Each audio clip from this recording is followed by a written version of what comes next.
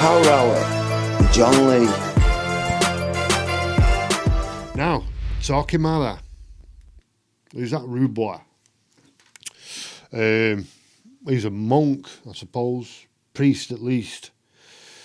Thomas. You see it written as Thomas, but that's an anglicised version of his name, Thomas. Thomas, I think it's de Torquemada. Now, who was this dude? He was born in 1420, very important period in Spanish history, in a place called Valladolid, right? Which I know personally. I live in Spain. And so he comes up in the Dominicans. Now, you've probably heard that, Dominican. You've even got the Dominican Republic. But where does that come from? It comes from the Latin meaning the dogs of God, basically. So Domini refers to God, and can is a slang word basically meaning dog. That's why we've got the word canine, canine, canine in English. And can is still a word in Spanish meaning dog. So it's the dogs of God, and there, you can see in various sculptures and doorways where they've got the dogs of God fiercely looking down on people. So it's quite an aggressive doctrine, really. And he grew up in that. And this was at a time in the 15th century when there was massive change in Spain. It's referred to as the Spanish as Los Reyes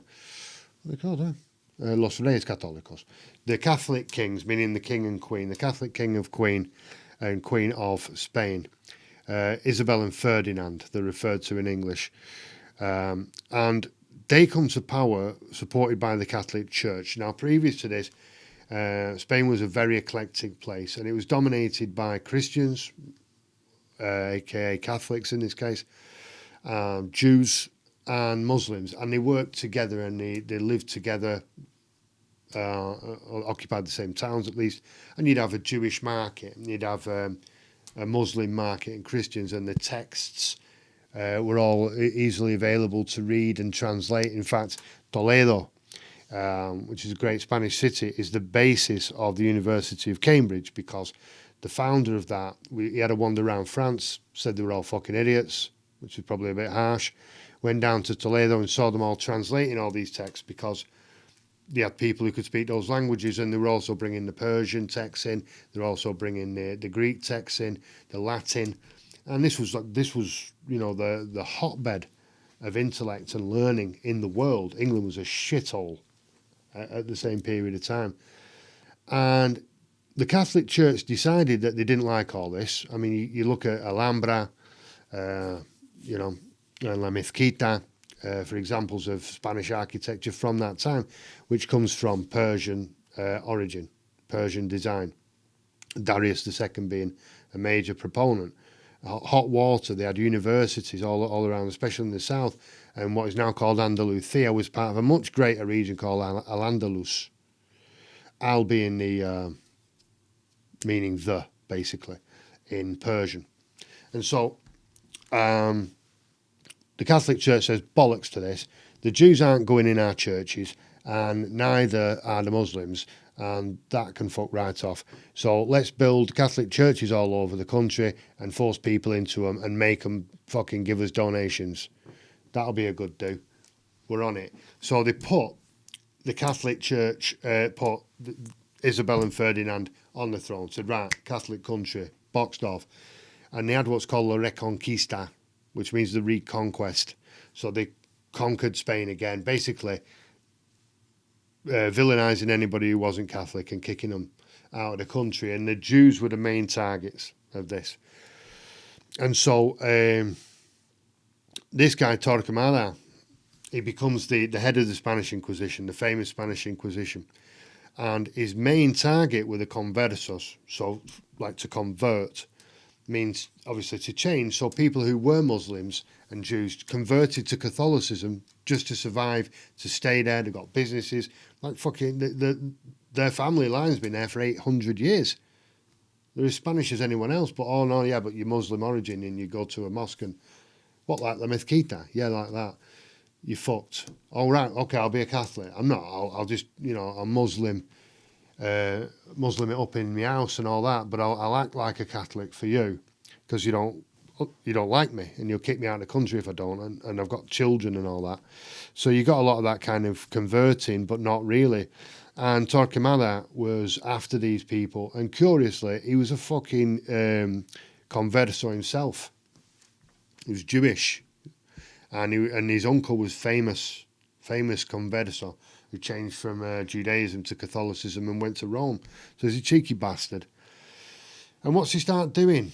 Same kind of overcompensation shit. He starts torturing people, killing people, expelling people. I mean, he was so bad that the crazy bastard Catholic Church who did the Crusades and all that, even they were like, whoa, you know what I mean, mate? Do you want to calm it down? He's like, no, don't. Fuck off.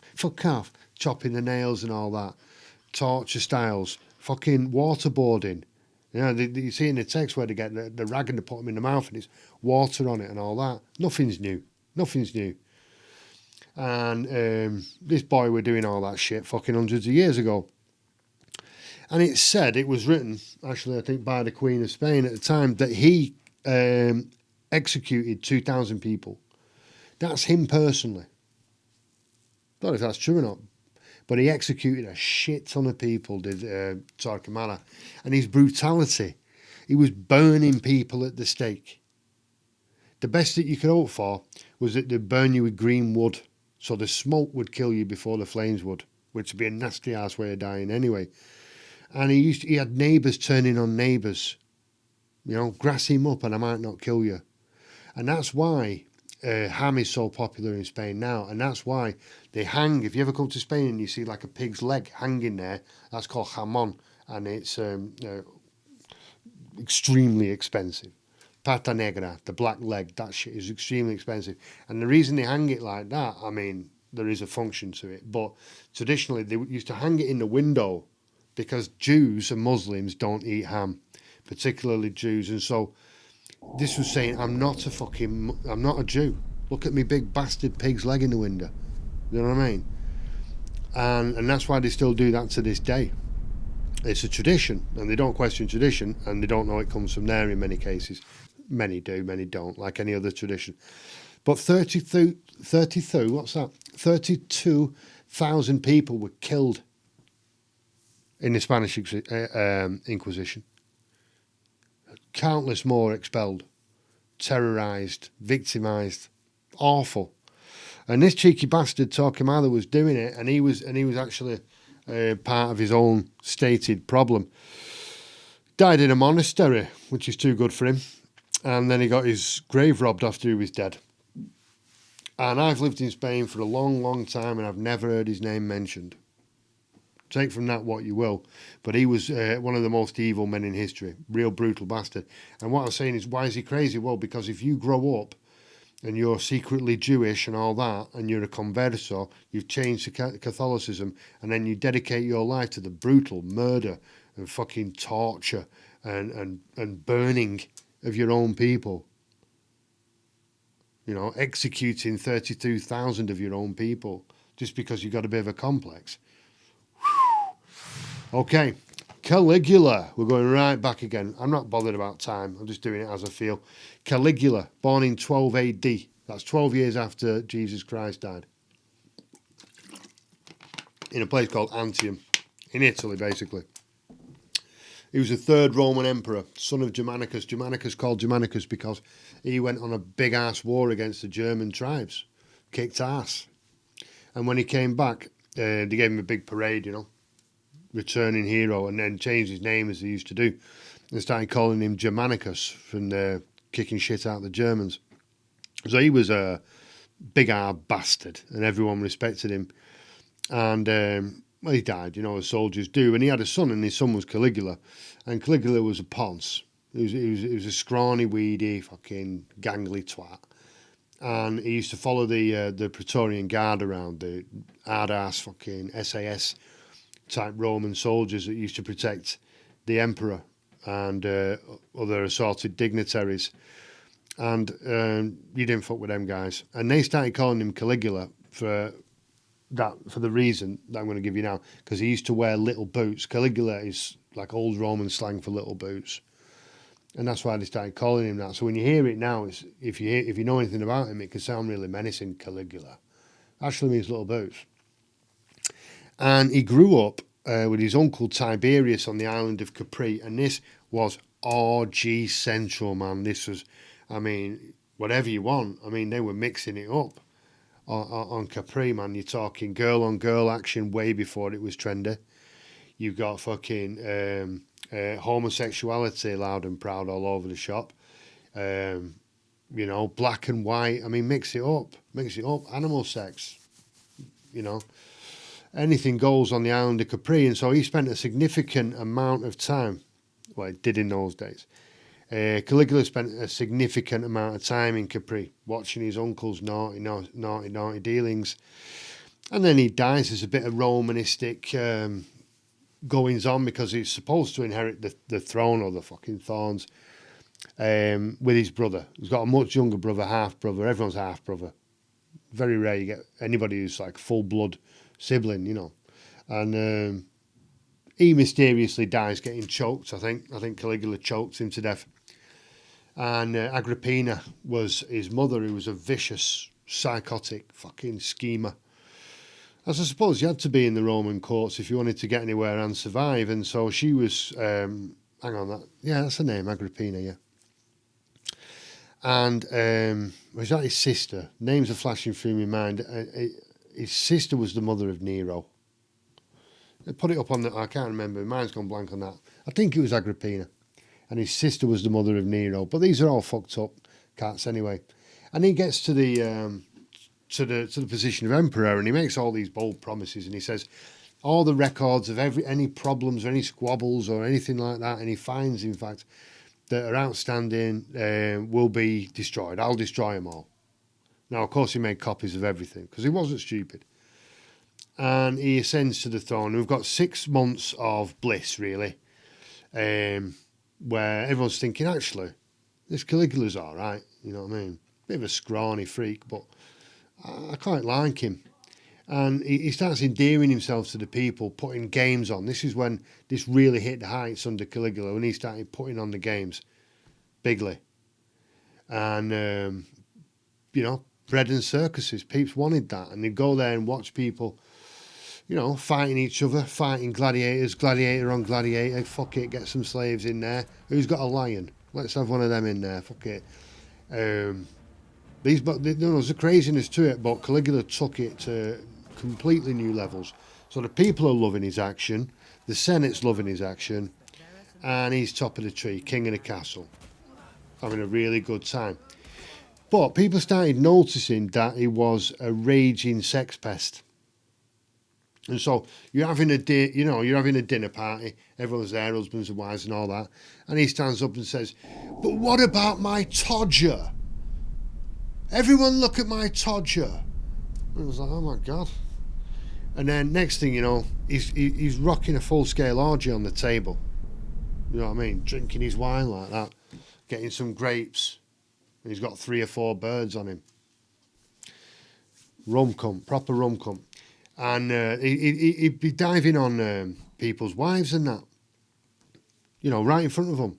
And you got the Praetorian Guard behind you, so you're thinking, yeah, he goes near my wife, I'll just spank him, you know what I mean? But then before you're going to crack him, you notice he's got 10 big soldiers behind him, like out with swords. You're fucking, you know what I mean? You got to watch that in all seriousness. You got to watch this guy rape your wife in front of you. He's got his fucking goon squad behind him, and they'll chop your wife up as well. So I mean, he was this fucking psycho. He's a sadist. He used to tie people to the wall and set animals on them, and masturbate while people are getting savaged. He was a fucking lunatic. And he went after people close to him. He went after his own sisters. I think he shagged all his sisters. He had 6 sisters or something. And he shagged them all in front of people. And he used to get his sister on the bed in front of everybody and shag his sister in front of all the people he'd invited round for dinner. I mean, that is cringe. It's cringe. I don't care what you say. That is well cringe. And then, he'd say, send me your wife and all that, as I've covered. But then he actually organised a big orgy where he got the senators' wives, right? So these are all like the top echelon of Roman society. And he got all their wives together, and he got a lot of studs and, you know, young bucks in there, soldiers, big muscular fellas, and he starts an orgy. And if you watch the film Caligula, it's well depicted and it's graphic. I guarantee it surprises you. If you haven't seen it and you think, well, John's saying it's graphic, I wonder what he means. Fucking go and watch it. You'll see what I mean. It's graphic. And, you know, there's like this boom kind of music to it. Boom. And woof. Heavy hardcore. And he's renting all these guys' wives out. And he's got prostitutes in there as well. And people are coming in from the hoi polloi are coming in and paying to have sex with these guys' wives in front of them. And so, people started to realise, actually, this guy's a mentalist. There's not much strategy to what he's doing. He's just a fucking lunatic. And this was exemplified when he said he was going to conquer Britain. So he's travelled up to the north coast of France, which is a fair old hike from Rome, actually. And he gets there and he's looking at the English Channel. And that's a cold body of water, is that? Cloudy. You can see the fucking rain. He's thinking, really? Conquer it? So instead of that, he orders his soldiers, and these are the most highly trained soldiers in the world, possibly in history. You know, if you taught them how to use guns, they'd be pretty fucking good. You know, these were proper, hand-to-hand combat masters. And he told them all to go round the beach picking up shells in their helmets. And he had them on that shit all day. Fucking shells in the helmets. And he collected them all and brought them back to Rome. And he organised himself a big fucking parade. So he could return as a hero like his father did. His father was Germanicus. And he'd conquered several German tribes and regions and all that. Going across the Rubicon and the Danube. And he was doing that kind of thing. Look at me. I've conquered the seas. You know, and he's going on about the Roman goddess of water and all that. Fuck's she called? Anyway, chatting a lot of shit about conquering the sea and showing people shells. And so people realised that he was a nutter, although he wasn't.